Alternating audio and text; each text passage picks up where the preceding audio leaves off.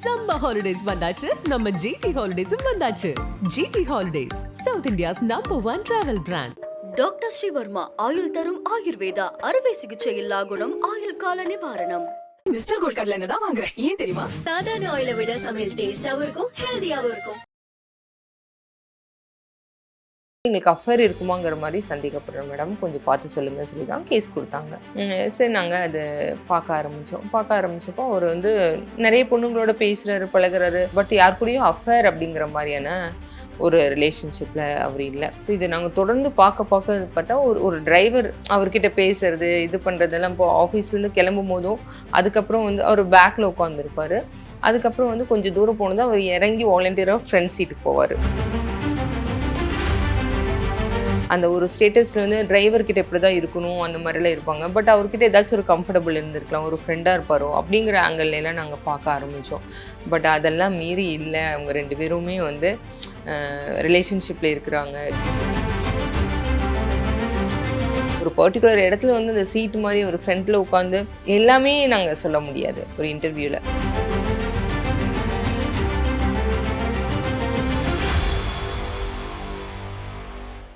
IBC Tamil நேயர்களுக்கு வணக்கம். இன்னைக்கு நம்ம கூட டிடெக்டிவ் யாஸ்மின் மேம் தான் இருக்காங்க. நிறைய சுவாரஸ்யமான விஷயங்கள் அவங்க கிட்ட பேச போறோம். வணக்கம் மேம். வணக்கம்மா. நல்லா இருக்கீங்களா? நல்லா இருக்கம்மா. எப்படி இருக்கீங்க? அழகா இருக்கீங்க. நல்லா இருக்கீங்க. தேங்க்யூம்மா. தேங்க்யூ. ஸோ இன்னைக்கு வந்து பார்த்தீங்கன்னா ரொம்ப நிறைய பேருக்கு அன்யூஷுவலாக தெரியுற ஒரு விஷயம், பட் யூஸ்வலான ஒரு விஷயம் தான். என்ன அப்படின்னு பார்த்தீங்கன்னா இந்த கே, லெஸ்பியன் இந்த மாதிரி விஷயங்கள் தான் இன்னைக்கு நிறைய நம்ம பார்க்க முடியுது. பட் அந்த மாதிரி இருக்கவங்க ஒரு சிலர் மேரேஜ் லைஃப்குள்ளே போயிடுறாங்க.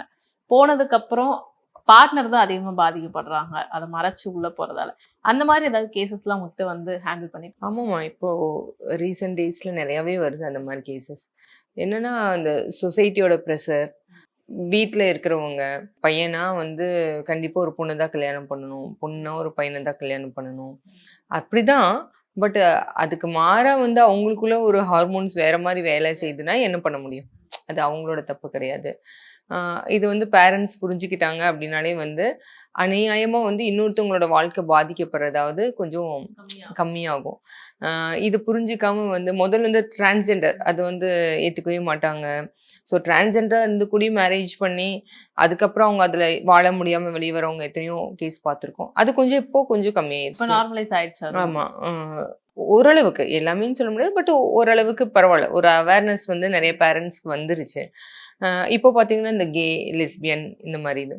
ஸோ இதுவுமே வந்து அவங்களோட அதுவுமே ஒரு குறைபாடு தானே. அவங்களுக்கு வந்து அப்படிதான் அந்த மாதிரியான ஒரு டேஸ்ட் தான் இருக்குது, இன்ட்ரெஸ்ட் தான் இருக்குது அப்படின்னா ஒன்றும் பண்ண முடியாது. அதுக்கு பேரண்ட்ஸ் வந்து அந்தளவுக்கு வந்து குழந்தைங்க வந்து என்ன ஒரு ஃபீலிங்ஸ் அவங்களுக்குள்ள ஒரு மாற்றம் வந்தாலும் என்ன நடந்தாலும் வந்து பேரண்ட்ஸ் கிட்ட சொல்கிற மாதிரியான ஒரு கம்ஃபர்டபுள் வந்து அவங்க கொடுக்கணும். கொடுத்தா இந்த மாதிரி எனக்கு இப்படி ஒரு ஃபீலிங் வருதுன்னு ஸ்டார்டிங்லேயே சொல்லும் போது அது வந்து ட்ரீட்மெண்ட்டில் கூட சிலது சரி பண்ண முடியும். ஏன்னா எல்லாமே ஹார்மோன்ஸ் சம்மந்தப்பட்டது அப்படிங்கும் போது அது பண்ணலாம் தான். நான் கேள்விப்பட்ட வரைக்கும் ரொம்ப அதிகமான முத்தி போன இதில் தான் அது ஒன்றும் பண்ண முடியாது. ஸோ அப்படி வந்து ஒரு கேஸ் வந்து எங்கிட்ட கேஸ் கொடுத்தது ஒரு லேடி வந்து கொடுத்தாங்க. ரொம்ப கிராண்டாக நாங்கள் வந்து சொசைட்டியில் ரொம்ப ஒரு பெரிய ஒரு இதில் இருக்கோம். அதே எங்களுக்கு ஈக்குவலான ஒரு ஸ்டேட்டஸில் இருக்கிறவங்கள பார்த்து தான் பொண்ணுக்கு கல்யாணம் பண்ணி வச்சோம். என் பொண்ணு ரொம்ப அழகாக இருப்பா, பையனும் அதுக்கு தகுந்த மாதிரி பார்த்து எத்தனையோ வரன் வந்துச்சு. ரொம்ப அழகான பையனா, நல்லா பயங்கர அந்தஸ்தில் இருக்கிற பையனா பார்த்து தான் கல்யாணம் பண்ணி வச்சோம். கல்யாணமே வந்து கோடிக்கணக்கில் செலவு பண்ணி கல்யாணம் பண்ணோம். பட் ஆனால் வந்து பொண்ணு கூட பையன் வந்து அவ்வளோ ஒரு இன்வால்மெண்ட்டாக இருக்கிறது இல்லை. ஸோ செக்ஷுவல் ரிலேஷன்ஷிப்லாம் வந்து இன்னும் ஒரு இன்ட்ரெஸ்ட் இல்லாமல் ஒரு மாதிரி இருக்காங்கன்னு சொல்லிட்டு ரொம்ப பொண்ணு அந்த ஒரு எப்படி சொல்கிறது, ஒரு மேரேஜுங்கிறது ஒரு ஃபுல்ஃபில் ஆகிறது, அந்த தாம்பத்தியமும் ரொம்ப முக்கியமான விஷயம். பட் வந்து அது வந்து ஒரு சுத்தமாகவே இன்ட்ரெஸ்ட் இல்லாமல் இருக்காங்க. சம்டைம்ஸ் வந்து இவங்களே என் பொண்ணே வந்து கம்பல் பண்ணி ஏதாச்சுனாலுமே அவர் அதில் சுத்தமாகவே இன்ட்ரெஸ்ட் இல்லாமல் இருக்காரு அப்படிங்கிற மாதிரி.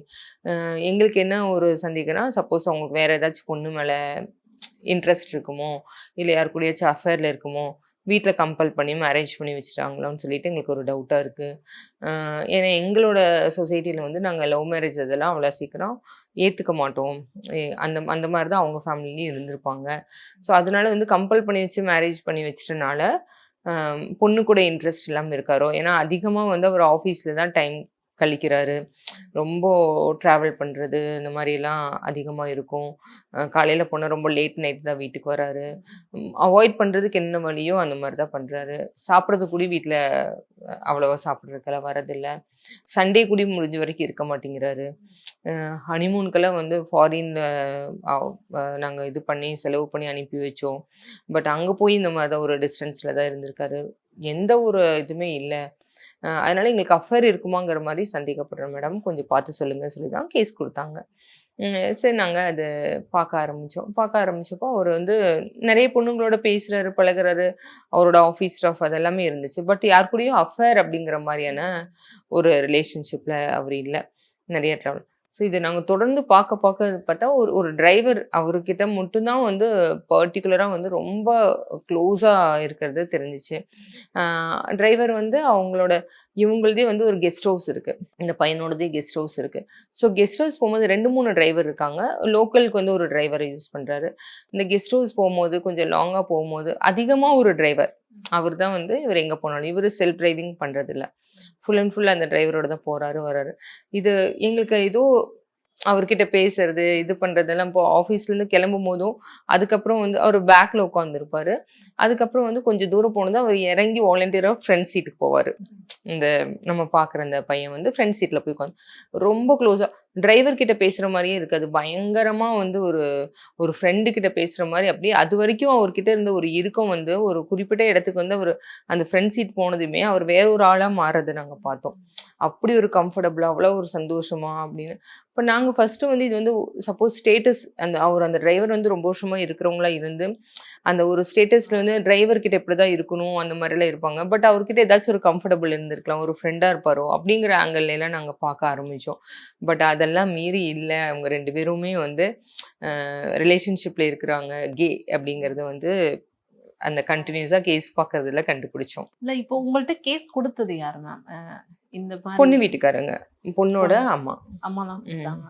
நீங்க பார்க்கும்போது உங்களுக்கு எதை வச்சு நீங்க ஃபைண்ட் பண்றீங்க மேம்? இவங்க இந்த ரிலேஷன்ஷிப்ல தான் இருக்காங்க. நாங்கள் கண்டினியூஸாக நாங்கள் பார்க்குறோம் இல்லைம்மா. நாங்கள் வந்து இந்த கேஸ் வந்து ஃபுல் அண்ட் ஃபுல் அவங்களுக்கே தெரியாமல் அவங்கள ஃபாலோ பண்ணுறது பார்க்குறது அந்த மாதிரி இருக்கிறோம் இல்லையா. அதனால எதை வச்சு அப்படிங்கிறது வந்து எல்லாமே நாங்கள் சொல்ல முடியாது. ஒரு இன்டர்வியூவில் கண்டுபிடிச்சோங்கிறது சொல்ல முடியுமே தவிர எப்படி கண்டுபிடிச்சோம் அப்படிங்கிறது வந்து எல்லாமே நாங்கள் பார்க்கும்போது சில வித்தியாசமா தெரிஞ்சிருக்கல இவங்க. ஆமாம், அதுதான் சொல்கிறேன். அது வந்து அந்த வித்தியாசம் வந்து ஃபர்ஸ்ட் அவங்க ட்ராவல் பண்ணும்போது ஒரு பர்டிகுலர் இடத்துல வந்து அந்த சீட் மாதிரி ஒரு ஃப்ரண்ட்ல உட்காந்து அவர் பேசிட்டு போகும்போது அவர் அந்த பேசிட்டு போகிற ஸ்டைல் அது வரைக்கும் இருந்ததும் அதுக்கப்புறம் அவர் பேசுறதும் அப்படி தொடையில தட்டி அப்படி சிரிச்சுட்டு பயங்கர ஜாலியாக அப்படியே ஒரு பொண்ணையும் ஒரு பையனும் இருந்தா இப்படி இருக்கும் அந்த மாதிரி பார்க்க ஆரம்பிச்சோம். ஸோ எல்லாருமே வந்து ஒரு க்ளோஸா பசங்களும் இருக்காங்க, பொண்ணுங்களும் இருக்காங்கிறதுக்காக நம்ம தப்பா பார்க்க முடியாது. ஏன்னா இன்னைக்கு ஒரு பையனும் பொண்ணும் பேசினா தப்புங்கிறது போய் பொண்ணு பேசினாலுமே ரொம்ப க்ளோஸா இருக்காங்களா உடனே தப்பா பேசுறது, பையனும் ரொம்ப க்ளோஸா உடனே தப்பு அப்படியும் இப்ப பேச ஆரம்பிச்சிட்டாங்க. பட் அப்படி மாறிடுச்சுங்கிறது வந்து என்னன்னா இந்த மாதிரி விஷயங்கள் 1-2 நம்ம கேள்வி ஒரு 1000 நல்ல ஃப்ரெண்ட்ஸ் இருப்பாங்க. ஒரு பொண்ணும் ஒரு பையனும் அதில் 1000ல் ஒருத்தவங்க வந்து லெஸ்பியனாவோ இல்லைன்னா கேவாவோ இருப்பாங்க. அது ஒன்று வச்சு எல்லாரையுமே அந்த 1% வந்து மீதி இருக்கிற அந்த மேக்சிமம் பர்சன்டேஜை கம்பேர் பண்ணி பார்ப்பாங்க. ஸோ அந்த மாதிரி இது வந்துருச்சு. ஸோ இந்த மாதிரி சில விஷயங்கள் நம்ம சொல்றதுல வந்து ஒரு அவேர்னஸாக எடுத்துக்காம நிறைய பேர் வந்து பொண்ணுங்களே பிரச்சனை, பையன்களுக்கு பசங்களே பிரச்சனை மாதிரி ரெஸ்ட்ரிக்ஷன் பண்ண ஆரம்பிச்சிருவாங்க. அது ஒரு பெரிய இதா இருக்கு விஷயமா இருக்கு. இப்ப இவருக்கு வந்து வீட்டுல ஃபோர்ஸ் பண்ணி தான் கல்யாணம் பண்ணி வச்சிருக்காங்க. மறைச்சு இந்த பொண்ணு கிட்ட இருந்து இதெல்லாம் மறைச்சு இல்ல ஃபோர்ஸ் பண்ணி கல்யாணம் பண்ணி வச்சிருக்காங்களாங்கிறது அவங்களோட ஸ்டோரி நம்மளுக்கு தெரியாது. ஸோ இப்படி நடக்குதுங்கிறத பார்க்க முடியும். அப்படிதான் இருந்திருக்கணும், கண்டிப்பா அப்படிதான் இருந்திருக்கணும். ஏன்னா ஒண்ணுமே இல்லை, அவருக்கு வந்து ஒரு பையன் மேலதான் இன்ட்ரெஸ்ட் இருக்கு. இது வந்து வீட்டில் சொல்லிக்க எந்த வீட்லையும் போய் எனக்கு பையன் மேலதான் இன்ட்ரெஸ்ட் இருக்கு, நான் பையனை தான் கல்யாணம் பண்ணிப்பேன்னு சொல்ல முடியாது. இல்லை எனக்கு கல்யாணமே வேண்டான்னு சொன்னாலும் விட்டுருக்கவும் மாட்டாங்க. மாப்பிள்ளையுமே பெரிய இடம். ஆமா ரொம்ப இவங்களுக்கு ஈக்குவலான ஒரு ஸ்டேட்டஸ்ல இருக்கவங்க தான். அப்படி அந்த மாதிரி சொல்ல முடியாத ஒரு இடத்துல இருந்தனால தானே வேற வழி இல்லாம கல்யாணம் பண்றாங்க. பட் ஒன்னா அது தைரியமா சொல்ல தெரியணும். அட்லீஸ்ட் நான் வந்து கே தான், நான் லெஸ்பியன் தான் அப்படின்னு சொல்லலைனாலுமே வந்து எனக்கு இந்த கல்யாணம் வேண்டாம் அப்படிங்கிறது வந்து ஒரு ஸ்ட்ராங்காவது சொல்லணும். ஏன்னா இது எப்படி இருந்தாலுமே ஒரு டிவோர்ஸ்ல தான் வந்து முடியுது. அப்போ ஒரு பொண்ணோட வாழ்க்கை தேவையே இல்லாம ஒரு பிள்ளையோட வாழ்க்கையில விளையாண்ட மாதிரி ஆயிடுச்சு. எவ்வளவு பணம் செலவு பண்ணியிருப்பாங்க, எவ்வளவு மனவேதனை. நீங்க முதல்ல ஃபர்ஸ்ட் இருக்கு இல்லையா? சொன்னப்போ அவங்களோட ரியாக்ஷன் என்னவா இருந்தது? இல்ல இவர் வந்து கே இல்ல அவங்க வந்து கிட்டத்தட்ட வந்து அவங்க அஃபேர் இருக்குங்கிற மாதிரி தான் வந்து ஒரு 99% முடிவு பண்ணி ஆனா வச்சிருந்தாங்க. அவங்க பையன் நினைச்சிருக்க மாட்டாங்க. ஆமா, பொண்ணுன்னு நினைச்சிருக்க தான் மாட்டாங்க. நினைச்சிருப்பாங்க. ஸோ ஏதாவது ஒரு பொண்ணோட ஆக்சுவலா வந்து என்னன்னா இப்படி ஒரு கேவா இருந்து கல்யாணம் பண்ணாங்கிறது அந்த பையன் மேல ஒரு கோபம் அவங்களுக்கு இருந்தாலும், பொண்ணோட அஃபேர் இருந்துச்சுன்னா இன்னும் கோபம் அதிகமா தான் இருந்திருக்கும். எப்படி இருந்தாலுமே இவங்க டிவோர்ஸ் பண்ணுங்கிற அந்த ஒரு இதுக்கு வந்துட்டாங்க. ஒரு ஐடியால தான் இருந்தாங்க. ஸோ டிவோர்ஸ் பண்ணுங்கிற ஐடியால வந்ததுக்கு அப்புறம் தான் அதுக்கு முன்னாடி நம்ம இதுக்கும் பார்த்துக்கலாம். அவர் அஃபேர்ல ஏதாவது இருக்காரா? இல்ல ரொம்ப நல்லவராவே இருந்தாருன்னா கொஞ்சம் வெயிட் பண்ணலாம் அப்படின்னு நினைச்சாங்க. இன்னும் மாத்துறதுக்கு ஏதாச்சும் வெயிட் பண்ணுவோம். இன்னும் அவர் இந்த இந்த ரிலேஷன்ஷிப்குள்ள ஒரு கம்ஃபர்ட் ஜோனுக்குள்ள வரட்டும் அப்படிதான் யோசிச்சாங்க. பட் வந்து இது வந்து நாங்களுமே எதிர்பார்க்கல, அவங்களுமே எதிர்பார்க்கல. ஏன்னா ஒரு கேஸ் அப்படின்னு எடுத்துட்டாலே வந்து ஒரு பொண்ணை நாங்க பாக்குறோம், ஒரு பையனை பாக்குறோம், ஏதாவது ஒரு இன்வெஸ்டிகேஷன்னா நம்ம ஆப்போசிட் இதுதான் ஜெண்டருக்கு தான் டக்குன்னு ஃபர்ஸ்ட் தாட் அப்படிதான் நம்ம போகுமே. இது பண்ணுவோம். ஸோ ரொம்ப ரேர் கேஸ் இந்த மாதிரி சேம் ஜெண்டரே வரும். அது எங்களுக்குமே இது தெரியாத ஒரு விஷயமா புதுசா தான் இருக்கும் பார்க்கும்போது. Okay okay. ஸோ ஆப்வியஸ்லி அவங்களுமே பயங்கர ஷாக் ஆயிருப்பாங்க ஆப்போசிட்ல பையன். இப்போ வந்து நாங்களே வந்து ரெடியா தான் பாக்குறோம். யார் கூட வேணாலும் உங்க ரிலேஷன்ஷிப்ல இருக்கலாம் அப்படிங்கிற அப்படி மாதிரி பார்க்க மாத்திட்டீங்க நீங்க ஆரம்பிச்சோம். ஐடியாவே ஆமா. வந்துட்டு. ஸோ பையனாவும் இருக்கலாம் பொண்ணாவும் ஒரு பொண்ணோட இருக்கலாம். மட்டும் பழகிட்டு இருந்தா ஒரு கேஷுவலா எடுத்துட்டு பொண்ணு தான் அப்படின்னு போகாம, பையன் கூட தான் ஒரு பையன் பழகிட்டு இருக்கான், பையன் கூட தானே அப்படி போகாம, பையன் கூட ஒரு பழக்கம் இருந்தாலுமே அது என்ன மாதிரியான ஒரு பழக்கம், பொண்ணோட ஒரு பொண்ணு பழக்கமா இருந்தாலுமே அப்படி பாக்குற அளவுக்கு இப்ப வந்துருச்சு. முதல்ல ஒரு பையன் ஒரு பொண்ணோட பழகிட்டு இருந்தாங்கன்னா மட்டும் தான் ஏதாச்சும் அவங்களுக்குள்ள ஒரு இல்லீகல் ரிலேஷன்ஷிப் இருக்குமான்னு பார்த்துருந்தோம். இப்போ பையனோட பையன் இருந்தாலுமே அதையும் கொஞ்சம் நல்லா டீப்பா பார்க்கணும். கொஞ்சம் ரிஸ்க் எங்களுக்கு அதிகமாயிருச்சு கேஸ் பார்க்கறதுல.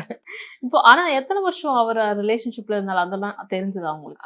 இல்லம்மா, நாங்க அது எவ்வளவு வருஷமா ரிலேஷன்ஷிப்ல இருந்தா தெரியல. பட் வந்து அந்த பொண்ணு கிட்ட கேட்டோம். அந்த பொண்ணு அவங்க அம்மா மூலியமா அந்த பொண்ணு கிட்ட சிரிச்சு கூட கேட்டோம். பேச மாட்டாரா அந்த பொண்ணு கிட்ட? இவர்கிட்ட இருக்க ஒண்ணுமே அளவுக்குலாம் எவ்வளவு அவாய்ட் பண்ண முடியுமோ அவ்வளவு அவாய்ட் பண்ணுவாரு. இந்த மாதிரி தான் ரொம்ப பட் என்ன ஒரு ரீசன் சொல்லியிருக்காருன்னா, முதல்ல நம்ம ஒரு ஃப்ரெண்ட்லியா இருப்போம். அது வந்து இல்லைன்னு சொல்லாம வந்து நம்ம ரொம்ப ஃப்ரெண்ட்லியா இருக்கலாம். உங்ககிட்ட வந்து எனக்கு இன்னும் கம்ஃபர்டபுள் வரல எனக்கு. உன்னை பார்த்தா என்னோட சிஸ்டர் ஒருத்தவங்க உன்ன மாதிரியே இருப்பாங்க. அதனால எனக்கு வந்து உங்கள்கிட்ட அந்த ஒரு இது வரமாட்டேங்குது. அப்படியெல்லாம் சொல்லியிருக்காரு.